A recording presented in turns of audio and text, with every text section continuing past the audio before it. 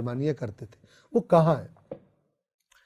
تو گویا کہ اللہ تبارک و تعالی ان جہنمیوں کو ان جنتیوں کو دکھا دے گا، اور یہ ان کو دیکھ بھی سکیں گے اور ان سے کلام بھی کر سکیں گے۔ اگلی آیت میں جنتیوں کا سوال ہے جہنمیوں سے کہ تمہیں کیا چیز لے کر آئی اس جہنم میں، اور خوب توجہ کیجئے گا کہ جہنمی کیا جواب دے رہے ہیں کہ ہم کیوں جہنم میں، کیا چیز ہمیں جہنم میں لے کر آئی ہے۔ ایک ایک آیت بہت ہی زیادہ قابل توجہ ہے۔ آیت نمبر 42، کس چیز نے تمہیں جہنم میں پہنچایا؟ جنتیوں کا سوال ان جہنمیوں سے۔ قالو، آیت نمبر 43، جہنمی جواب میں کہیں گے پہلا سبب کیا تھا؟ قرآن کے لفظ سے، ہم نمازیوں میں سے نہیں تھے، ہم نمازی نہیں تھے، نماز نہیں پڑھتے تھے۔ یہ پہلا سبب ہے ہمارے جہنم میں آنے کا۔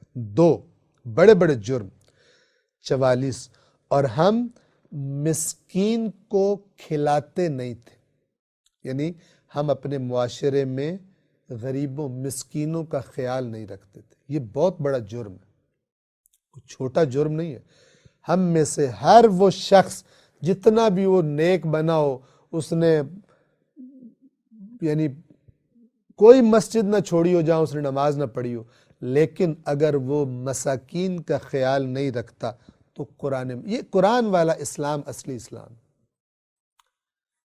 یہ چکر نہیں دینے دیتا بندے کو۔ کہیں گے ہم نمازیوں میں سے نہیں تھے۔ نمبر 2، ہم مسکین کو کھانا نہیں کھلاتے تھے۔ 45، فضول بیٹھ کر کئی گھنٹے فضول گپیں لگانے والے اس کو غور سے سنیں، فضول ٹاپکس ڈسکس کرتے ہیں، اور ہم بیہودہ بکنے والوں کے ساتھ بیہودہ گوئی کیا کرتے تھے، یعنی ہم محفلوں میں دوستوں کے ساتھ بیٹھ کر اور ٹائم ضائع کرتے تھے، یہ ہو گیا فلان ہو گیا یہ وہ، کوئی مفید بات، کوئی دین کی بات، کوئی اصلاح کی بات نہیں کرتے تھے، فضول بیہودہ محفلیں برپا کر کے پوری رات گزار دیتے تھے، اور جب صبح نماز کا ٹائم ہوتا تھا تو مردار کی طرح بستر پر پڑے رہتے تھے۔ اور ہم بیہودہ بکنے والوں کے ساتھ بیہودہ گوئی کیا کرتے تھے۔ 46، اور ہم روز جزا کو جھٹلاتے تھے۔ اب یہ سن کر کوئی یہ نہ کہے کہ شکر ہے ہم تو ان میں نہیں، ہم تو روز جزا کو نہیں جھٹلاتے، نہیں، قرآن زبانی دعووں کو نہیں مانتا۔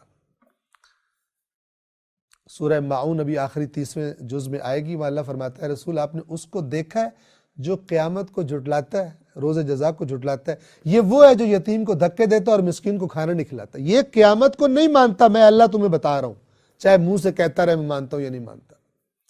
قرآن مجید صرف باہر اور زبانی باتوں پر فیصلہ نہیں کرتا، اللہ علیم بذات الصدور، اندر کی کیفیت اور اس کیفیت کے نتیجے میں جو انسان کا عمل ہے اس کے نتیجے میں ڈیسائیڈ کرتا ہے کہ کون قیامت کو مانتا ہے اور کون قیامت کو نہیں مانتا۔ اور ہم روز جزا کو جھٹلاتے تھے، چونکہ جھٹلاتے نہ ہوتے تو پھر ٹائم کیوں ضائع کرتے، پھر تو جنت کے لیے کوششیں کرتے، پھر مسکینوں کا، معاشرے کے غریبوں کا کیوں خیال نہ رکھتے، کیوں نماز نہ پڑھتے۔ اصل میں ہم یہ سارا جمع کر دیے، سارا نماز نہ پڑھنا، غریب محروموں کا خیال نہ رکھنا، مسکینوں کا، اور فضول محفلوں میں گپے لگا کے ٹائم ضائع کرنا، اس کی خلاصہ یہ ہے کہ ان کو تھا ہی نہیں کہ ہمارا کوئی حساب ہونا ہے، ہم یہاں پر موج مستی کرنے آئے ہیں، ان کا یہی نظریہ تھا۔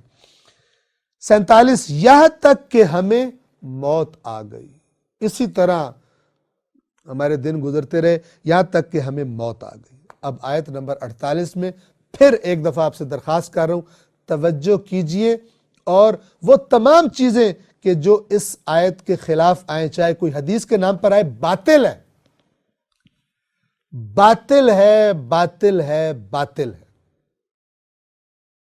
اللہ کا نمائندہ رسول آئے اور اپنی زبان اقدس سے اللہ کا یہ پیغام سنائے اور پھر چند دنوں کے بعد اس کے الٹ بات کر دے، نہیں ہو سکتا، نہیں ہو سکتا، یا اولی الابصار، نہیں ہو سکتا۔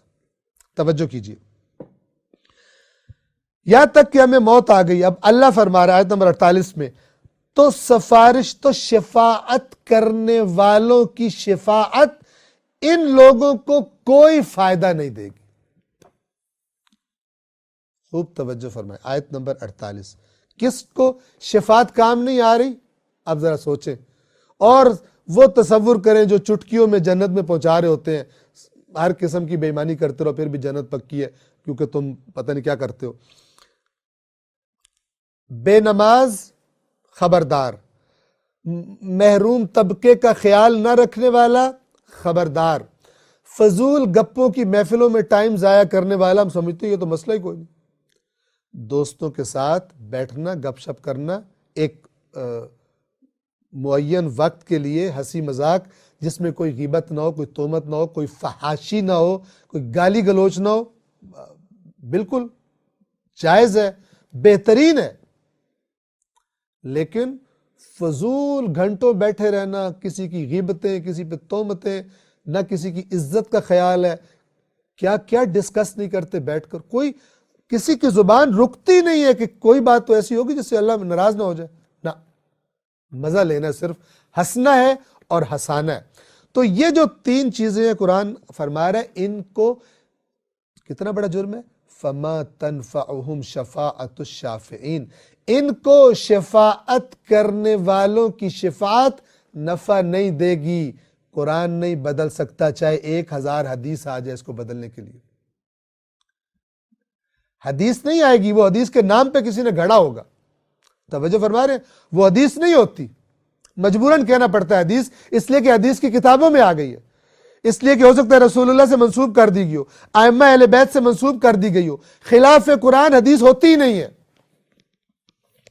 اگر خلاف قرآن حدیث ہو سکتی ہے، اس کا مطلب ہے اللہ نے اور اللہ کے نمائندوں نے مل کر انسانوں کو کنفیوز کرنے کا بندوبست کر دیا کہ قرآن پڑھے، وہاں سے کچھ ملے، ادھر سے اللہ کے نمائندے کی بات سنے، تو یہ کنفیوژن ہے۔ دین کنفیوز نہیں کرتا، لہٰذا ہمارے ائمہ اہل بیت نے فرمایا کہ خلاف قرآن کچھ قبول نہ کرو جو ہم سے منسوب کر کے بھی تم کو بتایا جائے۔ اور تھوڑا جھوٹ نہیں بولا گیا رسول اللہ کے نام پر اور ائمہ کے نام پر۔ آپ سے درخواست کروں گا، سورہ جن میں بھی آپ نے سنا کہ جنوں نے کیا کہا کہ یہ قرآن سننے سے پہلے ہم سمجھتے تھے انسان اور جن کبھی اللہ کے بارے میں جھوٹ نہیں بولیں گے، لیکن اب ہمیں پتہ چلا کہ بڑے بڑے بے ایمان جن اور بڑے بڑے بے ایمان انسان بھی تھے جو دین بتانے کے نام پہ جھوٹ بولا کرتے تھے۔ کہاں سے پتہ چلا جنوں کو؟ قرآن سننے کے بعد جنوں کو پتہ چلا کہ انسان بھی اور جن بھی کتنے اللہ کے بارے میں جھوٹ بولا کرتے تھے۔ قرآن ہی سمجھنے کے بعد پتہ چلے گا کہ کن لوگوں نے ائمہ کے نام پہ جھوٹ بولا ہے کہ جو آج حدیث کی کتابوں میں آ گیا۔ تب جب قرآن کو اس کا مقام دیا جائے، نہ کہ قرآن کے بارے میں بیہودہ گوئی کی جائے کہ قرآن سمجھنا کوئی آسان کام ہے، یہ تو پتہ نہیں کتنے کتنے معنی ہوتے ہیں ایک ایک آیت کے، تو لہٰذا ہم تو نہیں کر سکتے، ہم تو نہیں سمجھ سکتے۔ قرآن کا دروازہ بند کرو، اس کے بعد شیطان سے کہو کھل کے کھیلے، جیسے مرضی گمراہ کرنا ہے، ائمہ کے نام پہ رسول اللہ کے نام پہ بولی جاؤ جھوٹ، کوئی پکڑ نہیں ہے۔ چونکہ پکڑ کے لیے رسول اللہ کہے گئے تھے قرآن اور اہل بیت چھوڑ کے جا رہا ہوں، آپ نے قرآن کا دروازہ بند کر دیا، اب اس کے بعد جو آپ کی مرضی ہے کرتے پھریں، سزا ہے آپ کی کہ آپ کو اہل بیت کے نام پر، رسول اللہ کے نام پر گمراہ کیا جائے، اس لیے کہ آپ نے رسول اللہ کی نہیں مانی، اہل بیت کی نہیں مانی، اور آپ نے بعد میں بنائے ہوئے نظریات پر عمل کیا ہے۔ 48، تو ان کو شفاعت کرنے والوں کی شفاعت کچھ فائدہ نہ دے گی۔ 49، اب ذرا اللہ کی طرف سے اس مزاج کی کہ رسول اللہ قرآن سنا رہے ہیں، قرآن میں یہ باتیں بتا رہے ہیں، اور وہ قرآن سے جو بھاگ رہے ہیں، جو قرآن کی بات نہیں سن رہے، اللہ ان کو کس نگاہ سے دیکھتا ہے، یعنی خدا کی نظروں میں وہ کیا ہے، قرآن کے الفاظ آپ کو بڑا کلیئر بتا دیں گے۔ کون لوگ؟